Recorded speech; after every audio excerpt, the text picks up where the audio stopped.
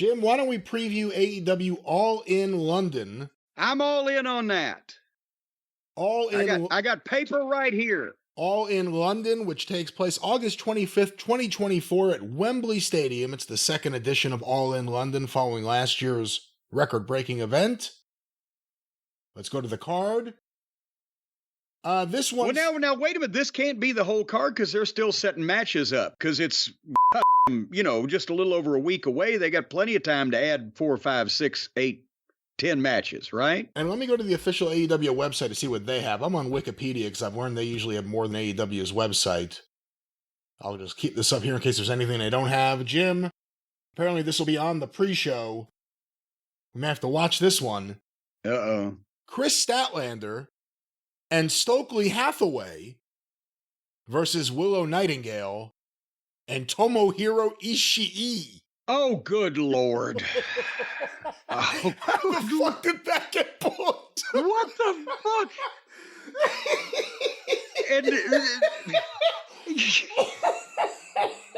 Has Stokely ever wrestled, but he's still going to be better than Ishii? Had this match happened? Poor Stokely. He's the one I found. Well, wait a minute. Now AEW, when they do a mixed tag, can the men and the women beat each other up? It's just in WWE they can't, or does AEW do that also? I don't know. I mean, can you see Ishii chopping Statlander? I don't know. Well, that's the thing. I'm thinking I want to have sympathy for Statlander too. Whoever's got to work with that goddamn Japanese baked potato with arms and legs, I have sympathy for. But what the... With that said, and what you're just talking about, does Willow have to get her hands on Stokely? God, I don't know what the fuck is going on there. Because Stokely's the smallest person in a goddamn match to begin with. Both the girls are bigger than him too, so it looks like he's going to be taking a lot of bumps that night. Well, Jim, the next match for the AEW Women's World Championship, Timeless Toni Storm, the champion, versus the Glamour, Mariah May. Oh, good Lord. I bet Mitsu Arakawa's going to hit the ring and they're going to have a fucking three-way, and then they're going to bring an X-ray machine in, and the girl that has the biggest fur ball in her stomach is the winner. Who do you predict the winner will be? It's probably going to be Maria May. She looks like she'll give you a tongue bath in a heartbeat. Okay, I don't know what road you're going down, but we will I was talking about the biggest furball contest. I don't care who wins the wrestling match. Well, Jim, speaking of furballs, a last chance match for the FTW Championship. If Hook loses, he can never challenge for the FTW Championship for as long as Jericho is champion. Chris Jericho, the champion, versus Hook. Oh, good Lord. I mean, like, it's a made-up belt, and they've got so many made-up belts. Who gives a shit? And the stipulation, who gives a shit? But it probably, Jericho, being a smart politician, will have some way or another one of his guys fuck him up somehow so Hook wins to give the people what they want, to coin a phrase. And does Taz have to choke out Jericho for this to end, for the payoff? I don't want Taz to do that, because then Taz might get some on him. Keep Taz out of this whole fucking fiasco. Jim, in a casino gauntlet match for a guaranteed future AEW World Championship match, it'll be Orange Cassidy versus opponents to be determined. So wait a minute, the gauntlet, that's like a battle royal, right? Or a Royal Rumble type of thing? Or are there only 4 or 5 or 6 or 8 people in it, or are there 20? I think it's one of those things where it starts with a couple people and then people just enter and then they're in the match. Everything's casino this and casino that. Well, I don't know why. They're in London. But anyway. And Tony never even, it's like, he never even had the fun of having a gambling problem to orient everything around the casinos and the all in and all out and double or nothing and place your bets and craps, boxcars, big bennies. All right. Well, we can't predict a match we don't know the opponents of, but let's go to the next one. For the AEW team. Oh, Pockets will win. Pockets can't get beat. He's invulnerable. Jim, the next match for the TBS Championship, the champion, Mercedes Moné, with Camille Hassenpfeffer? Blowing My Inheritance Incorporated, versus Dr. Britt Baker, DMD. This one is interesting because you wouldn't imagine that you would want to beat Dr. Britt on her first big time back in this issue, but at the same point, are they ready to acknowledge that they have made a massive fuck up in giving this fucking girl, Mercedes, any money whatsoever because she stunk the joint out? And apparently her writer, Alexandra Pepperday, or whatever her name is, did an interview. We'll talk more about on the experience where she talked about the relationship and the brilliance of the writing for the women's division.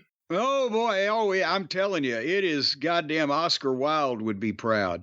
A lot of fans were guessing, and I was even thinking this too, that with Camille with Mercedes, Britt Baker is going to need backup. They're in London. Perfect time for the return of Jamie Hayter. However, word has now come out, apparently, as reported by Sean Ross Sapp, that since before she was injured, Britt Baker had a major falling out with Jamie Hayter in real life, and they don't want to work together. Oh, good Lord. Which is why we never we got like a weird breakup without a breakup, if you remember. Like there was no match. It was just all of a sudden they were doing different things. Because Jamie Hayter would have fucking killed her. Because Jamie Hayter hates her. Yeah, she's a hater. Well, who do you think will win, Mercedes versus Britt? I don't see why they'd beat Britt. People actually like Britt. But since Mercedes has her own script writer, maybe they've figured out some way to con Tony out of some more fucking valuable television time and effort. Do you think so? Mercedes retains. Is Mercedes more valuable dancing with the belt or chasing the belt? Mercedes would be more valuable getting dollar bills stuck in her garter belt than anything that she can do on a professional wrestling program.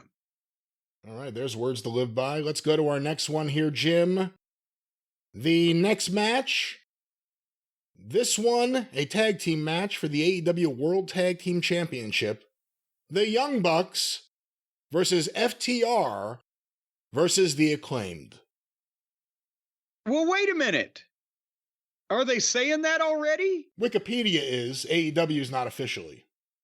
Okay, so we need to tune into Wikipedia for the spoilers on this. So they are going to fuck up maybe the only good quality match that the Young Bucks might have this year and make it a three-way to make it harder for FTR to steer the ship in any kind of meaningful way.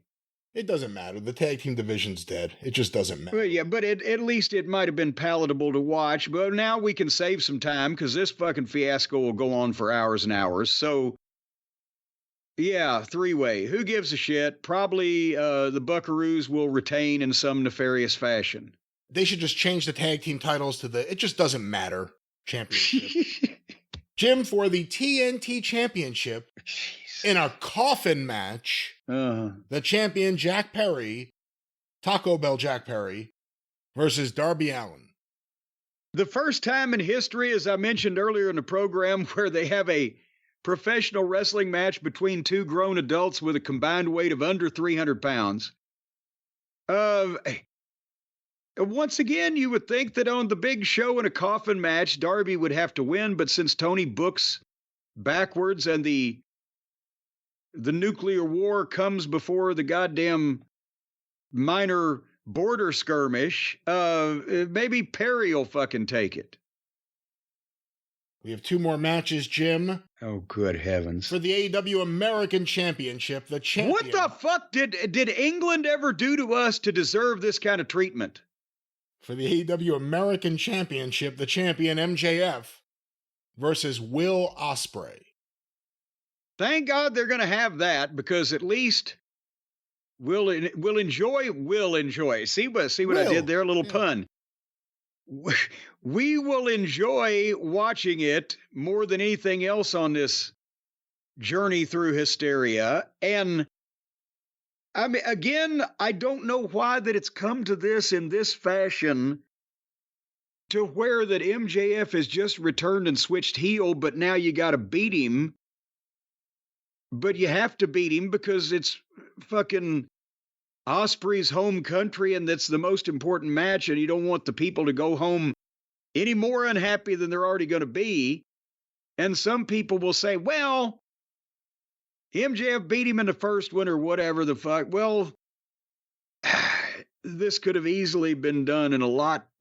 They had a year. They had a year advance notice they were going to do this show. Something else could have been done. But Tony, you do you. Who do you think's going to win? Osprey. He goddamn better. I think it'll be MJF with Kyle Fletcher interfering. Well, and then some people will probably set the fucking seats on fire or ask for their money back at that point because the rest of the show is going to suck. Well, and then their boy don't win. We have one more match. It may not suck. Title versus career for the AEW World Championship. The champion Swerve Strickland with Prince Nana of Queens versus Bryan Danielson. And we talked about this earlier. They worked themselves into a corner where they either Bryan Danielson loses and never wrestles anywhere ever again, or he's a liar, or Bryan Danielson wins and they've got a part-time world champion and then he has to come back in anticlimactic fashion and lose it to somebody else. And I don't know why this match is fucking happening. Otherwise than Tony's a mark. And what match do you put on last, and who do you think's going to win this match? Osprey and MJF need to go on last because it is the draw of the fucking thing, if there is one. And we'll have the most interest because of Osprey.